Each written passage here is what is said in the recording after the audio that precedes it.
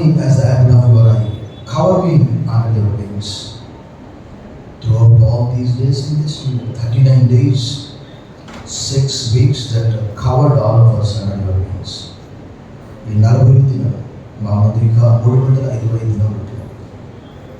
As Moses prays, give us wise heart and teach us to number our days. మా జ్ఞాన హృదయం కలుగునట్లుగా చేయి, మా దినములు లెక్కించడం మాకు నేర్పండి.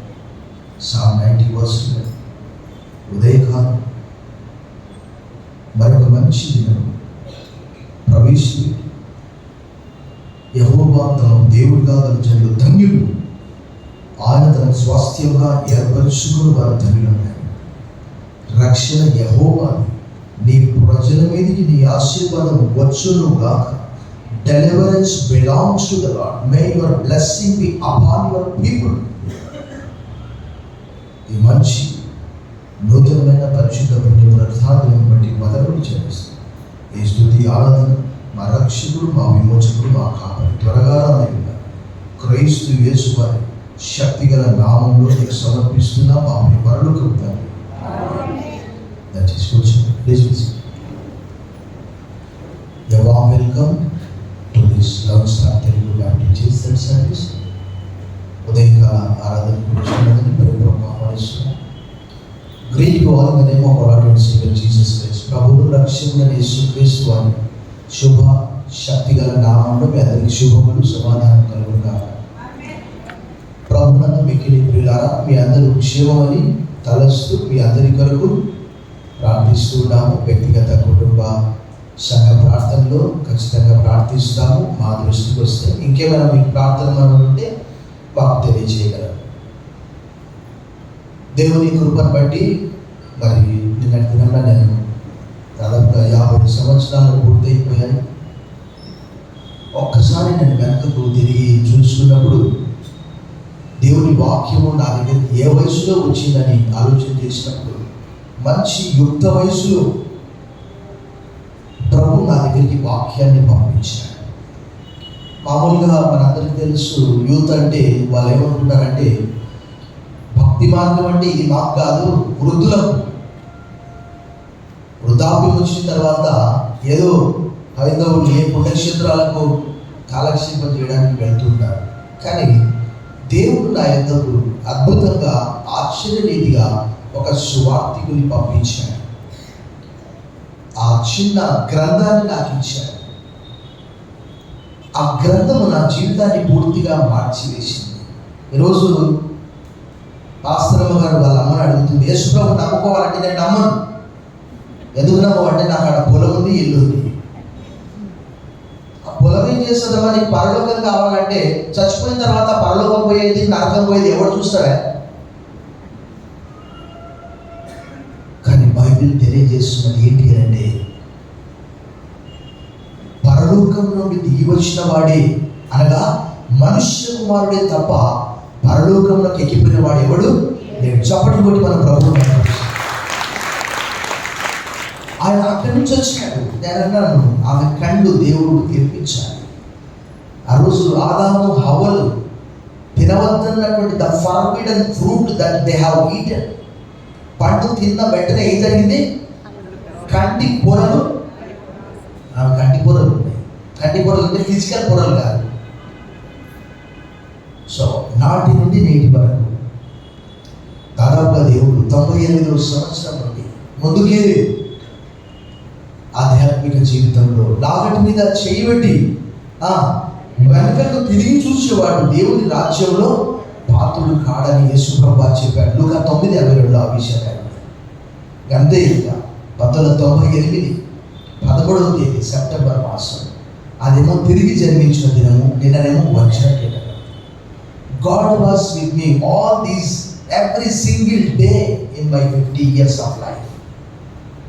సో నా కొరకు, నా పరిచర్య కొరకు ప్రార్థించండి. ఇంకా రక్షింపబడని మా కుటుంబ సభ్యుల కొరకు, అందరి కొరకు, మా తల్లిదండ్రులు, మా సహోదరులు సహోదరి, ఇంకా మా వద్దలు, మా అత్తమ్మ, అందరి కొరకు కూడా ప్రార్థించండి. నా ముందు ఎంతో పరిచయం ఉంటుంది.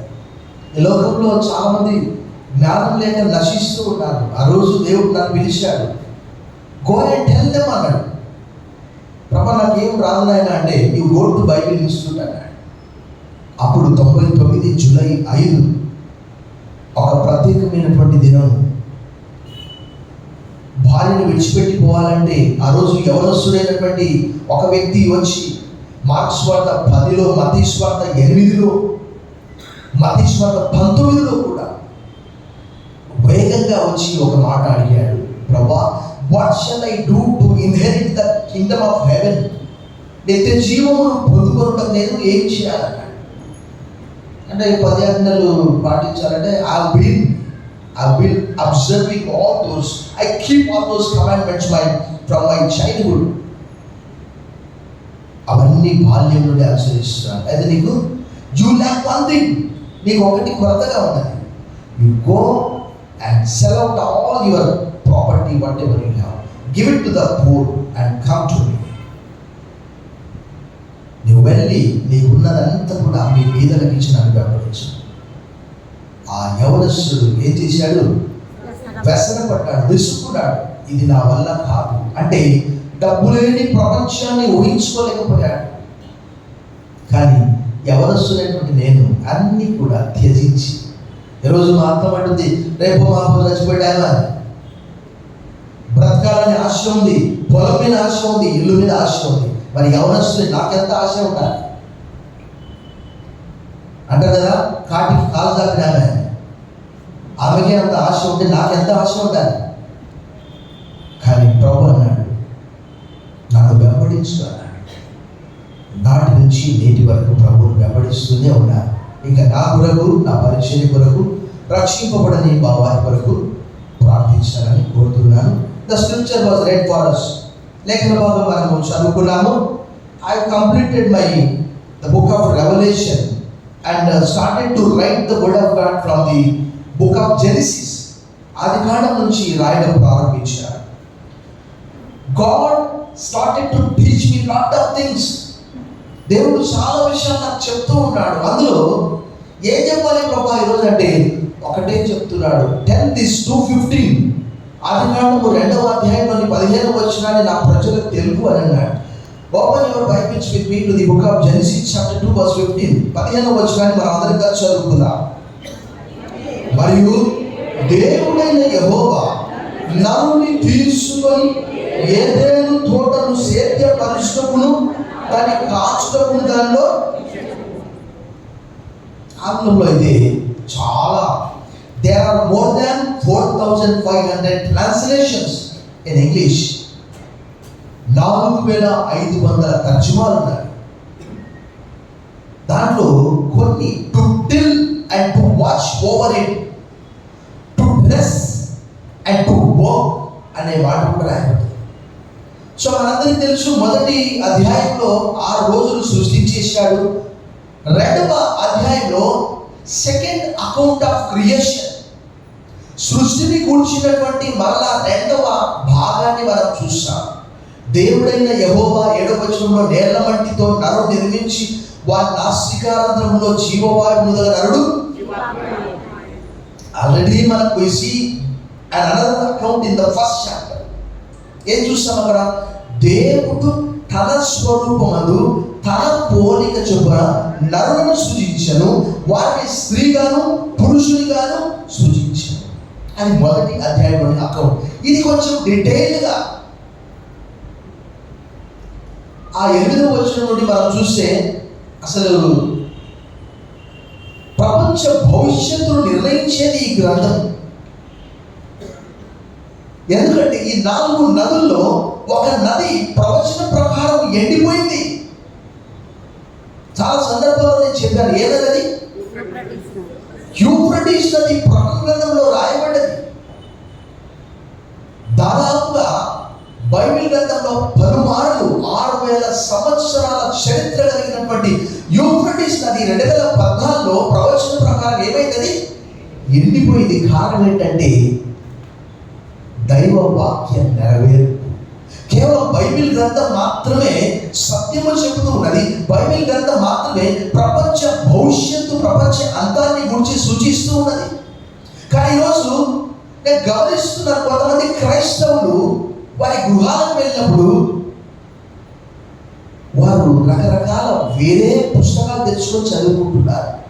మన చేతిలో అద్భుతమైన ఆశ్చర్యకరమైనటువంటి గ్రంథం ఉన్నప్పుడు వేరే గ్రంథంతో పని ఏమిటి?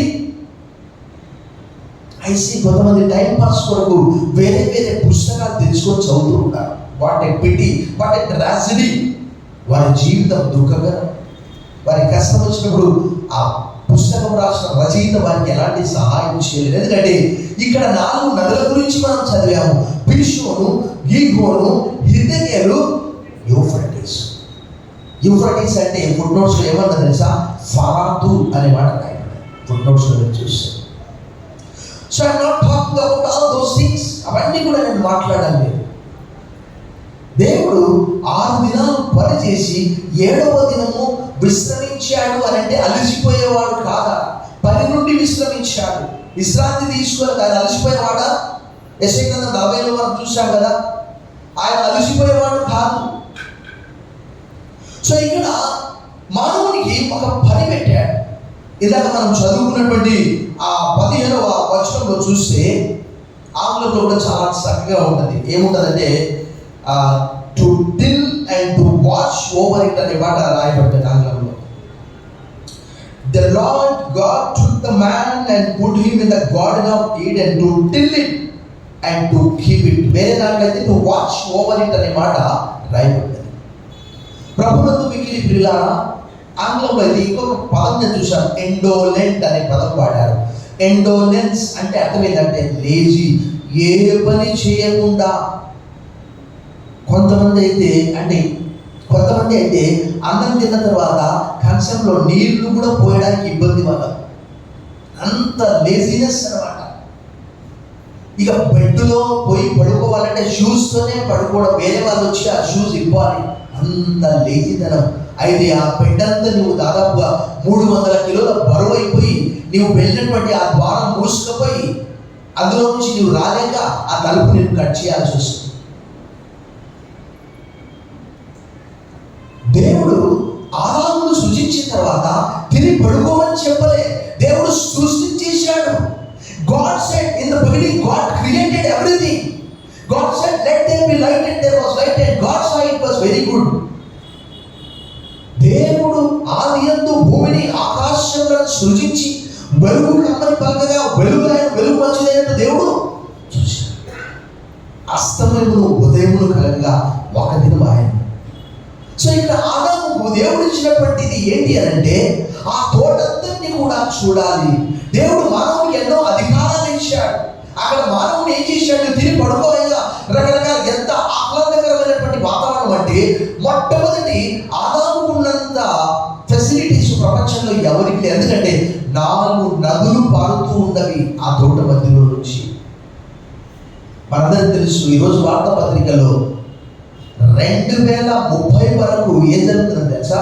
నీటి కొరకు యుద్ధాలు జరుగుతాయంట. పానీపట్ అదొక యుద్ధం పేరు, కానీ పానీ అంటే వాటరు, పట్టు అంటే యుద్ధం. టైటిల్ ఎలా పెట్టారు చూడండి. 2030 వరకల్లా నీటి కొరకు యుద్ధాలు జరుగుతాయంట. అలాంటిది ఒకే తోటలో దేవుడు ఏం చేశాడు? 4 నదులను ప్రవహింపజేస్తూ ఉన్నాడు. ఇప్పుడు మనం చదువుకున్నాం. ప్రభునందు మిక్కిలి ప్రియులారా, ఇన్ని రకాల పండ్ల చెట్లు, పూల తోటలు అన్నీ ఉన్నాయి. తిని పడుకోమని మాత్రము దేవుడు ఆదాముతో చెప్పలేదు. 10 ఆజ్ఞల్లో కూడా దేవుడు ఏం చేశాడు? 6 దినములు కష్టపడి పని చేసుకోవాలి. 7వ దినముని దేవుడని యెహోవాకు విశ్రాంతి దినము. అక్కడ ఆదాము అన్నీ ఉన్నాయి, కానీ తప్పకుండా నీవు తిని పడుకోవడానికి వీల్లేదు. అప్పటికి హవ్వను సృజించలేదు కాబట్టి ఒక్కడు కష్టపడుతూ ఉన్నాడు. మనందరికీ తెలుసు, ఎప్పుడైతే మానవుడు పాపం చేశాడో ఎక్కువ కష్టపడాల్సి వచ్చింది. అంతకంటే ముందు నేను అనుకున్నాను అదైతే నాకు పెద్ద కష్టంగా అనిపించట్లేదు. ఎందుకంటే దేవుడు అన్ని కూడా ఆయనకు సఫిషియెంట్గా ఏ టు జెడ్, అది పండ్లు కానీ లేకపోతే ఏదైనప్పటికీ కూడా తినడానికి అవన్నీ ఆహారంగా ఇచ్చాడు. కానీ పని అయితే చేయాలి. తోటను కూడా ఒక ఆంగ్లంలో అయితే స్టీవర్షిప్ అంటారు. అంటే గృహ నిర్వాహకత్వపు బాధ్యత దేవుడు ఆదాముకి ఇచ్చాడు. అది కొత్త నిబంధనలో పరిచర్య గురించి ఆ మాట రాయబడ్డది. సో ఈరోజు దేవుడు పని చేసే వారిని ఇష్టపడుతున్నాడు. మనందరికీ తెలుసు, యేసుక్రీస్తు వారు పరిచర్య ప్రారంభించిన తర్వాత ఏం చేశాడు? శిష్యులు తమ వలలు సరి చేసుకుంటుండగా వారిని పిలిచాడు. మత్తయి సువార్త 4వ అధ్యాయము 22-23 వచనాలు మనం చూసాం. అక్కడ gospel according to Saint Matthew chapter 4 verse 21 and 22. లేక 20 నుంచి మనం చూస్తే, ఆయన నా వెంబడి రండి, నేను మిమ్మల్ని మనుషులను పట్టు జాగ్రత్తగా చేతులని వారితో చెప్పాను. వెంటనే వారు తమ వలను విడిచిపెట్టి ఏం చేశారట? ఆయన్ను వెంబడించారు. 22వ వచనం చివరి భాగంలో చూస్తే అక్కడ తమ వలలు బాగు చేసుకొనుచుండగా చూసి వారిని 22వ వచనం, వెంటనే వారు తమ దూరను తమ తండ్రిని విడిచిపెట్టి ఆయనను ఏం చెప్పాడంటే 20వ వచనంలో, మీరు చేపలు పడుతున్నారు, తర్వాత ఏం చేయాలి? మనుషులను పట్టుకోవాలి. అక్కడ 20వ వచనం ఆరంభంలో, నేను మిమ్మును మనుషులను పట్టు జాలరులుగా. బైబిల్ భాష మనకు కొంచెం కష్టం అర్థం కావాలంటే, ఒకవేళ మనం కష్టపడి పనిచేస్తే మనకు ఆరోగ్యం వస్తుంది, కష్టపడి పనిచేస్తే ఆధ్యాత్మికంగా ఎదుగుదల వస్తుంది, కష్టపడి పనిచేస్తే ఆర్థికంగా అభివృద్ధి కలుగుతుంది. కానీ ఏ పని చేయకుండా ప్రభా నేను కూర్చొని తింటాను, దయతో నన్ను ఆశీర్వదించు అంటే ఆశీర్వదిస్తాడు. ఎలా అంటే, నాయనా నీకు ఈ లోకంలో పని చేయగా నువ్వు నా దగ్గరికి వచ్చి అంటాడు. ఒక రోజంట మా లెక్చరర్ ఎప్పుడు చెప్తుండేవాడు, 2 ఎద్దులు ఒక వ్యవసాయదారునికి ఉన్నాయట. చాలాసార్లు మీరు విని ఉండవచ్చు. ఒక ఎద్దంట ఎప్పుడు కూడా సిక్ అయ్యేదట. అంటే కావాలని ఆ పొలము దున్నడానికి వెళ్ళడానికి ఇష్టం లేక ఏం చేసేదట? సిక్ అయినట్లు చేసేదట. ఒకరోజు ఆ ఇంటికి ఒక వ్యక్తి వచ్చాడు. ఎవరంటే కటికోడు, బుచ్చర్ వచ్చాడట. చెప్పినట్ట, అయ్యా ఇదైతే మరి చాలా సిక్ అవుతుంది, తీసుకుపోయి కోసేయాలట. అయితే ఆ సిక్ అయ్యే ఎద్దు, యాక్టింగ్ చేసే ఎద్దు ఇంకొక ఎద్దును అడిగిందట. ఏమని అడిగిందట? సార్ ఏంటయా ఎవరు వచ్చిందంటే, నీ గురించే, నువ్వు పని చేస్తేనే కదా కోసేస్తారట. అలా అంటే ఈ లోకంలో మానవునికి ఏదో ఒక పని. ప్రపంచంలో అనేక దేశాలు అభివృద్ధి చెందడానికి గల కారణం ఏంటి తెలుసా?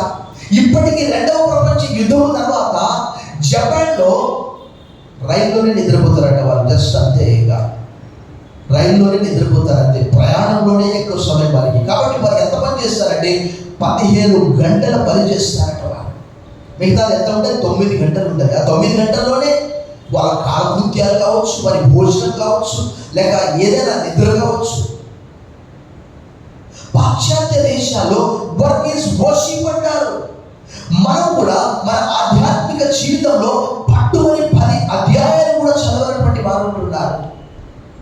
ఎంత దుస్థితి! దైవ గ్రంథాన్ని పఠించినటువంటి వారి పరిస్థితి ఏంటి? భక్తులు జాన్ R.W. స్టార్ట్ ఏమన్నాడు? ఈరోజు క్రైస్తవ సంఘాల పరిస్థితి ఒక సహోదరి తెలియజేస్తున్నది, పాస్టర్ గారు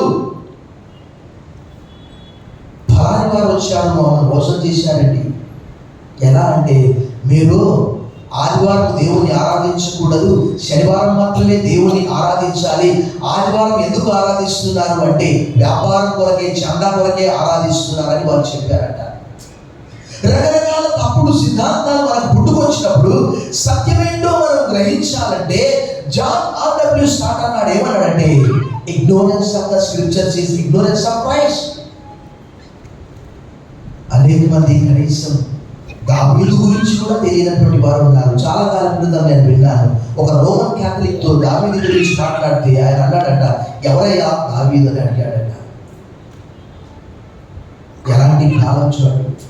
సో కష్టపడితే పట్టుకొని ఒక 10 అధ్యాయాలు చదివితే ఆధ్యాత్మికంగా ఆ రోజు యేసుక్రీస్తు వారు పని చేసే వారిని పిలిచాడు. పౌలు అన్నాడు, ఎవరైనా పని చేయకపోతే భోజనం కూడా చేయడానికి వీల్లేదని అన్నాడు. చూడండి, తెస్సలోనికీయులకు రాసిన 2వ పత్రిక 4వ అధ్యాయం 10వ వచనంలో చూడండి. తెస్సలోనికీయులకు రాసిన 2వ పత్రిక 4:10.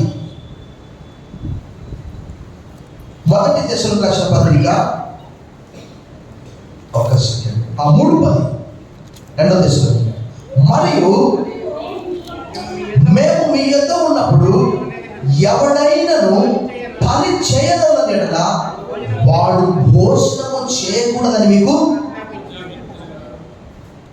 కష్టపడితే మన ఇల్లు క్లీన్ అయిపోతుంది, కష్టపడితే మన ఒళ్ళు క్లీన్ అయిపోతుంది, కష్టపడితే ఆధ్యాత్మికంగా మనం ఎదగగలము, కష్టపడితే ఆర్థికంగా మనం ఎదగగలము. అలాగే ప్రభు పని విషయంలో కూడా, పరిచర్య విషయంలో కూడా. సో ఇక్కడ పౌలు మనందరికీ తెలుసు ఎన్ని కష్టాలు పడ్డాడు. యాకోబు కూడా కుటుంబం వరకు ఎంత కష్టపడ్డాడో మనకు తెలుసు. ఏమన్నాడు? పగలు ఎండకు రాత్రి మంచుకు క్షీణించిపోయాను, నిద్ర అనేది నా కనులకు దూరం అయిపోయింది. ఎన్ని సంవత్సరాలు తెలుసా? చెప్పండి. How many years? 20 సంవత్సరాలు, 20 years. అని అంటున్నాడు, నా కుటుంబం కొరకు నేను ఎప్పుడు కష్టపడాలి? ఈరోజు అనేక కుటుంబాలు ఒక అడుగు ముందుకు 9 అడుగులు వెనక్కి వెళ్తూ ఉన్నాయి. కారణం ఏంటంటే, అంటారు కదా, కూర్చొని తింటే గట్లైనా చాలా వస్తాయట. యాకోబు చెప్పే మాట ఆ మనము 30వ అధ్యాయము, ఆదికాండము 30వ అధ్యాయము ఒకసారి మనం చూసాం. 30వ అధ్యాయము 38 నుంచి మనము ఇలా ఉంది. 31, 38 ఈ 20 ఏళ్ళు నేను నీ యొద్ద నుండి నీ గొర్రెలను మేకలను ఈడ్చుకొని పోలేదు, నీ మంద పొట్టేళ్ళను నేను తినలేదు. దుష్ట మృగముల చేత చీల్చబడ్డదాన్ని నీ యొద్దకు దేక నష్టం నేనే. పగటి యందు దొంగిలింపబడ్డదాన్నేమి, రాత్రి యందు దొంగిలింపబడ్డదాన్ని నా యొద్ద పుచ్చుకొంటివి. నేను ఇలా నుండి పగటి ఎండకును రాత్రి మంచును నేను క్షీణించిపోతిని. నిద్ర నా కనులకు దూరమాయను. ఇది వరకు నీ ఇంటిలో 20 ఏళ్ళు పుట్టింది. నీ 2 కుమార్తె నిమిత్తం 14 ఏళ్ళను, నీ మంద నిమిత్తం 6 ఏళ్ళు నీ పొరుగు చేసింది. అయినా నీవు నా జీతము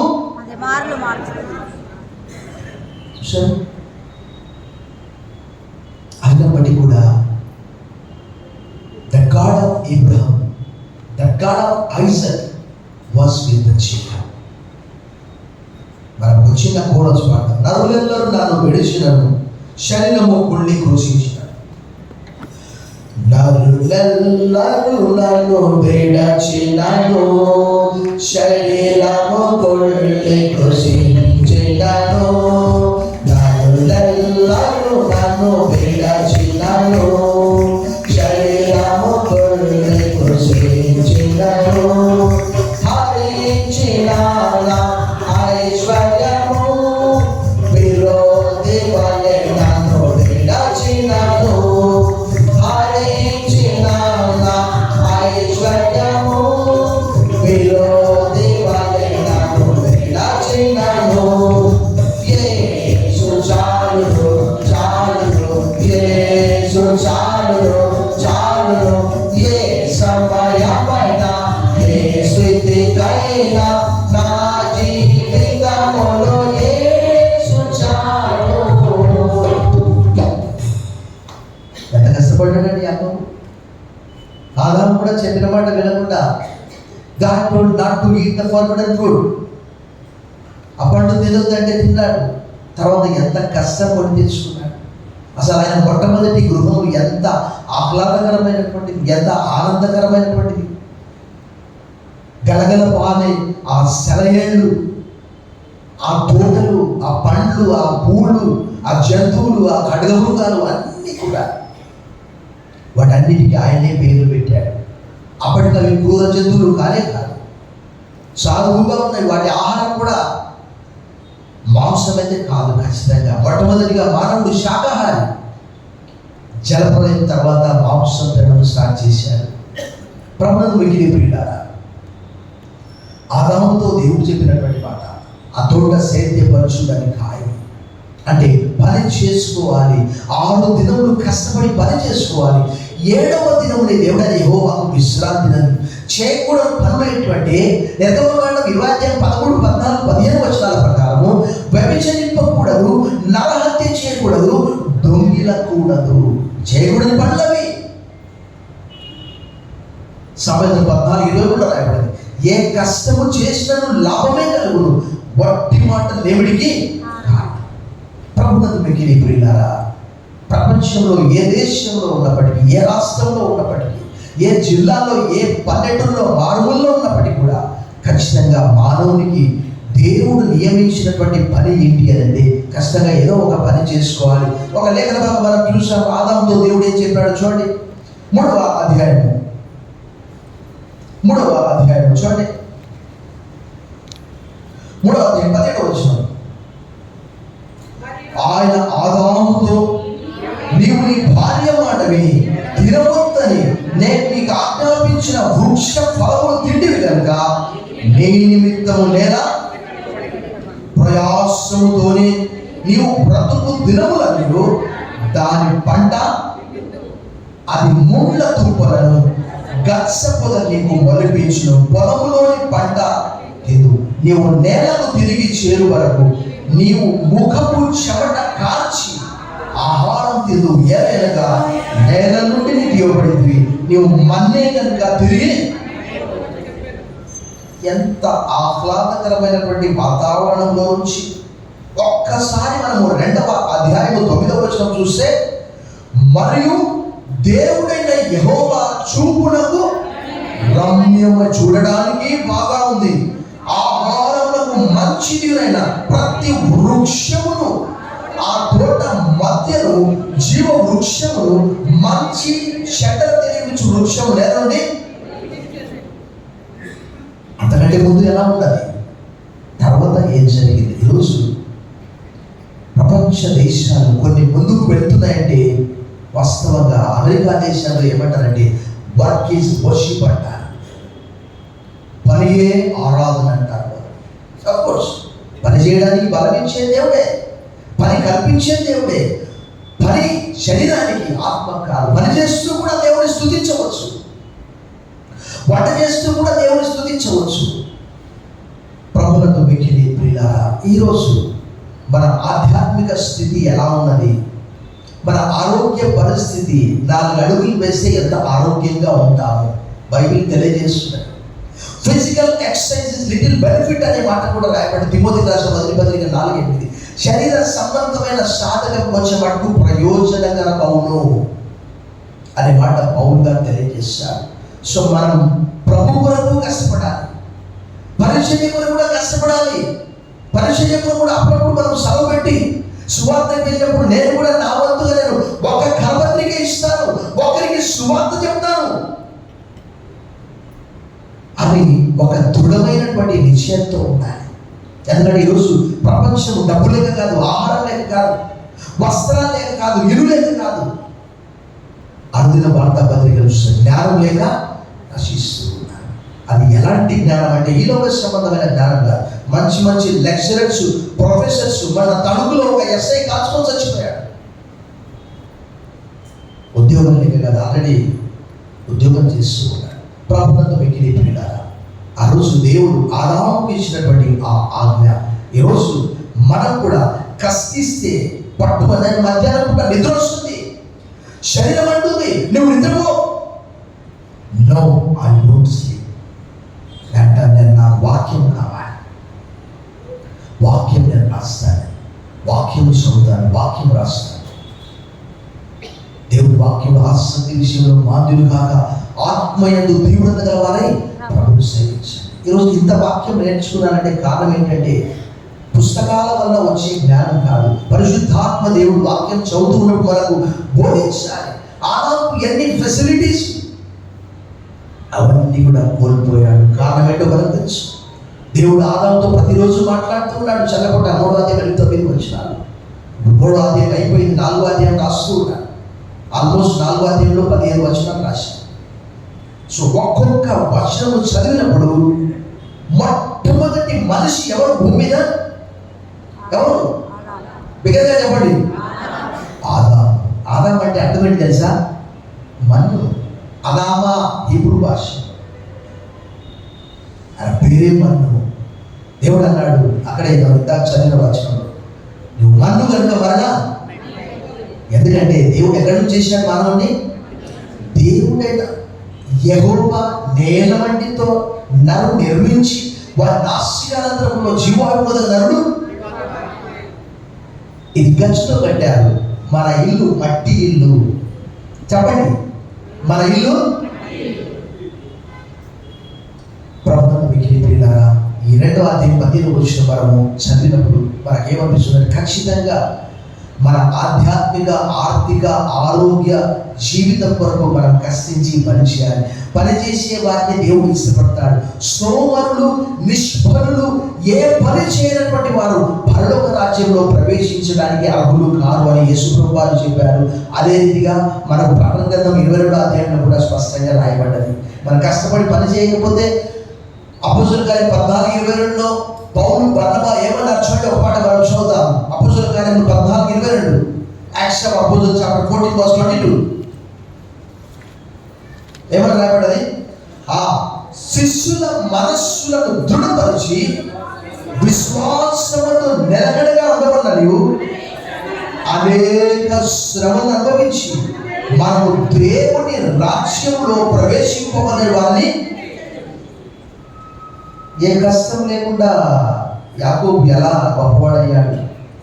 పగలు ఎండకు, రాత్రి మంచుకు నేను క్షీణించిపోయాను, నిద్ర నా కళ్ళకు దూరమైపోయింది. అది ఒక శ్రమ. ఇంకా అంటే నా కుటుంబం వరకు నేను ఎప్పుడు సంపాదించుకోవాలి, నా పిల్లలు బాగా చదువుకోవాలి, ఇంటర్నేషనల్ స్కూల్లో చదువుకోవాలి, ఇంటర్నేషనల్ బ్రాండ్ బట్టలు వేసుకోవాలి. నీవు మాత్రం ఏం కష్టం చేయవు. నీ పిల్లలు ఇంటర్నేషనల్ స్కూల్లో చదవాలి. ఎలా సాధ్యం అది? చూడండి, యాకోబు ఏమంటాడు ఆ మాట మనం చదవాలి. 30వ అధ్యాయము, ఆదికాండము 30వ అధ్యాయము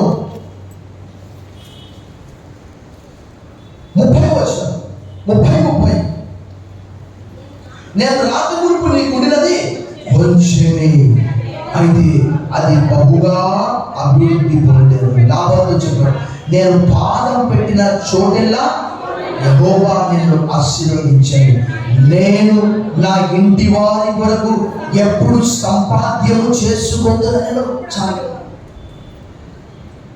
నీ కుటుంబం కొరకు నీవు కష్టపడాలి. వేరే వాళ్ళు ఎందుకు కష్టపడతారు? ఆదాము హవ్వ కష్టపడ్డాడు. నీ భార్య మాట విని తినవద్దని నీకు ఆజ్ఞాపించినటువంటి వృక్ష ఫలము నీవు తిన్నావు కాబట్టి నీ నిమిత్తం నేల శపించబడ్డది. ఆదాము శపించడానికి బదులుగా ఆదాము పైన హవ్వ పైన ఉన్నటువంటి ప్రేమతో వారిని శపించడానికి దేవుడికి ఇష్టం లేక నేలకు శపించాడు. అయినప్పటికీ ఇప్పుడు మనం నెల్లూరులో చూస్తే రకరకాల కలర్ పండ్లు, కలర్ క్యాప్సికమ్ కూరగాయలు కూడా దేవుడు పండిస్తున్నాడు. చెప్పండి కొట్టి మన ప్రభుత్వం బయట. ఒకప్పుడు క్యాప్సికమ్ అంటే గ్రీన్ కలర్కే వచ్చేది, ఇప్పుడు ఎల్లో కలర్, రెడ్ కలర్, రకరకాలు. ఇవన్నీ కూడా దేవుడు భూమిలో నుంచి శపింపబడిన భూమి అయినప్పటికీ కూడా రకరకాల వాటర్ యాపిల్స్ అని ఎన్ని రకాల పండ్లు దేవుడు ఇస్తున్నాడు మనకు. ప్రభుత్వం మిగిలిపోయినారా?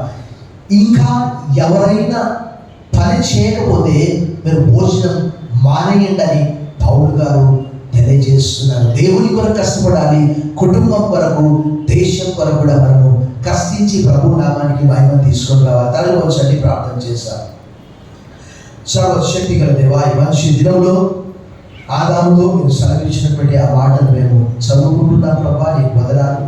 మానవునికి మీరు ఇచ్చినటువంటి ఆజ్ఞ 6 దినాలు కష్టపడి పని చేసుకోవాలి. 7వ దినం దేవుడని యెహోవాకు విశ్రాంతి దినం.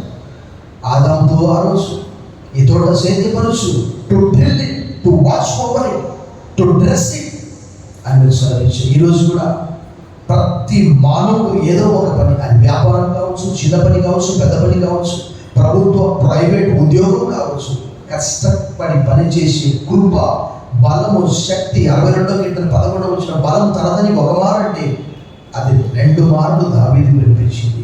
ఈ మంచి దినంలో మాకు ప్రవేశపెట్టినందుకు వదనములు చెల్లిస్తూ యేసు నామములో ప్రార్థిస్తున్నాం తండ్రి.